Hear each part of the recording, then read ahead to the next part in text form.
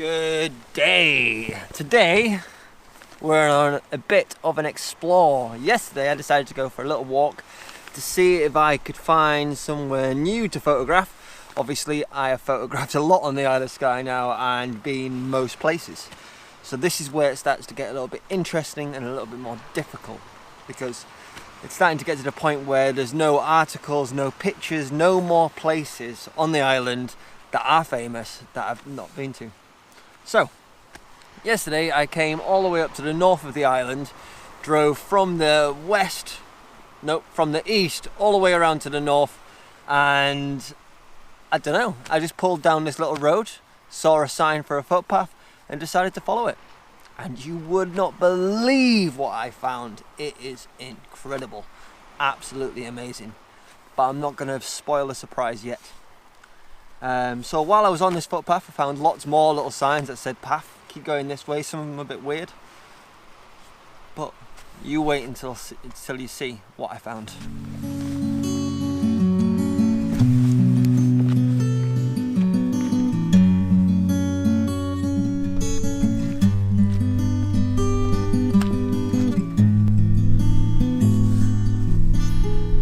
This is what I've discovered. There's not one, not two, but 3 sea stacks. One here, one there, and then a little bit of headland sticking out. But behind the first sea stack, there is also a cave. Now, the reason why I might not have seen many images of this is because photographing them and making them look good is incredibly difficult. But because of the height of the cliffs next to the sea stacks, it's very hard to get a perspective of how big they are. If you could be a little bit closer to the water, it might work out. But this is the main reason why I've come here today instead of this morning. I'd have had to have known where the best location was. So coming to scout a location is not always a bad idea. Woke up from a whisper, collared shirt down by my feet, stood on crowded bathroom rug. So here is the first of our sea stacks. Voices filled the room. There we are in all its glory.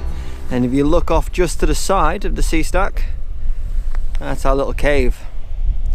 Now, I'm not going to take any images on my first pass. I'm going to take the images on the way back. Mainly because the sun is still pretty high in the sky and the light hopefully will be slightly better on the way back.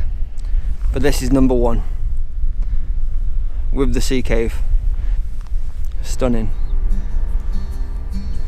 Our Ford was warm before we drove. Breakfast. As for locations go, this is obviously pretty special. But I think at its best is a sunrise during a storm, because the sun rises just over this way, maybe this way a little bit more, and that will catch the most amazing light. And imagine them fiery clouds behind, but big waves punching the sea stack. I think that's what I need for this location. But I'm going to carry on over to the next sea stacks to see what's over there. Back then, everyone was near. And there we are, the back of the sea cave. Now I wish I had a kayak with me, or a canoe. I'd be quite happy in either. But to be able to paddle between that would be pretty awesome. I don't want to stand too close to the edge because you never know how stable the rocks are. So I'm still a little bit further back. But these are the second of the sea stacks. These are nowhere near as big, but still quite visually impressive. Ladies and gentlemen, I think I have found my way down. It's pretty exciting. Basically what I'm doing is I am following where a river has carved a steep cliff into a steep slope. But it has given me the ability to travel down to the second sea stacks. Like, look how high that cliff is over there. Absolutely incredible. So I've made it down. Sketchy. But I made it and I'm alright. Didn't slip, tumble off all. For now I've just got to make sure I can get back. But this is what I'm looking at and it looks pretty good. Like, I'm not sure if it was totally worth coming all the way down for. But if I hadn't come all the way down, I'd never know. And I'd always wonder, should I have? But I'm thinking for this composition, I'm going to do a long exposure using my 10 stop. Really flatten out that water. But what's going to make or break this image is the composition. And in that composition, most importantly, the foreground. Now, if I can get a solid foreground, this is going to look sweet. If I don't get a solid foreground, there was definitely no point coming all the way down here. So I think I found my composition. A little bit nervous down here because I don't know whether the tide is coming in or going out. But that just means I've got to be nice and quick. So my composition is, I'm going to set my tripod up on this rock here. I'm going to shoot over this one. But what I've got is I've got this little channel where the water's filling up and going around. You'll see on this wave. So it's filling up. And as it pulls out, it looks incredible. And that's going to guide your eye right in over here. And I'm going to do a long exposure, which is probably going to be about 2 minutes, 2.5 minutes in this light. And it's going to capture this stack and the clouds moving off in the background. And I'm hoping it's going to be nice, not too busy, but beautiful. So I've got my camera all set up. On the front of my camera, I've got my Nissi grad filter. And then I've got my 10 stop ND filter just behind. Got my polarizer just behind that to take a bit of the glare off the rocks. I'm shooting with my 24 to 70mm Tamron G2 and I'm using f11, ISO 100, and that's going to give me about a 2.5 minute exposure. I've got my 2-second timer on. Fire that off. There we are. And now I'm going to time that for 2.5 minutes and fingers crossed get a sick result. What I have done is I've focused on the stacks. Everything else might be a little bit soft because of how close it is, but that's okay. I'm happy with that. It's helping moving your eye forwards into the main image, the focal point, what we've come down here for, that sea stack. Now I'm going to leave you to watch the water coming in and out, and I'm going to wait for this shot to be done.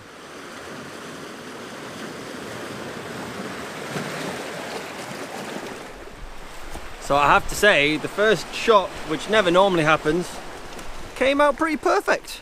Like, honestly, I am well happy with the first results, and it's even inspired me to go see if I can find something else, some other composition, because the tide is definitely 100% moving out. It is not getting closer.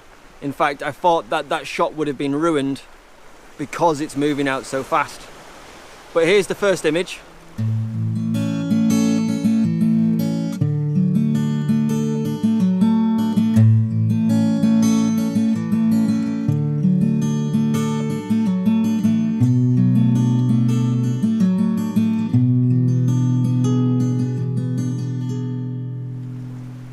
Doesn't that look sweet? It is definitely time to go find another composition. So I've had a little walk around and two things have happened. First of all, the sea stack now definitely looks separate from the mainland, which is amazing. And also the boulders have got smaller. So that is going to be so much better for a nice long exposure of getting that movement moving off. So I need to go and get my camera. Bit of a mission back, but I think it's going to be worth it.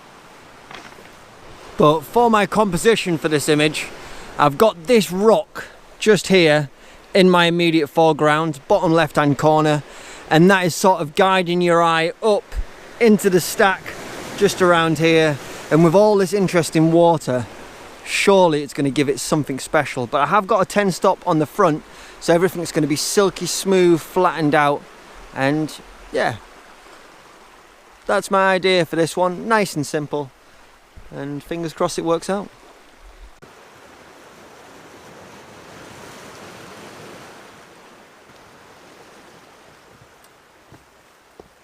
So I got my final composition down here. I'd like to come back for sure when the sunlight is much better, and a sunrise with the gold hitting the stack. Oh, that would be incredible.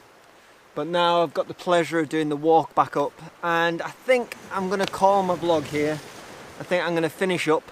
I'm not sure whether it's been a short one or a long one, but what a location. I did not know this exists. For some reason there doesn't seem to be anyone talking about it, vlogging about it, showing it on any maps, any forums or anything like that. And if anyone knows the name of these sea stacks, hit me up. I'd be interested to find out. Anyway, that's all from me tonight. I hope you've enjoyed the vlog, and yeah, if you ever are in Skye, check out this location. It is amazing. Definitely worth a visit. And if you've got a drone, bring a drone. Oh my god, I wish I had a drone so bad. Anyway, see you next time.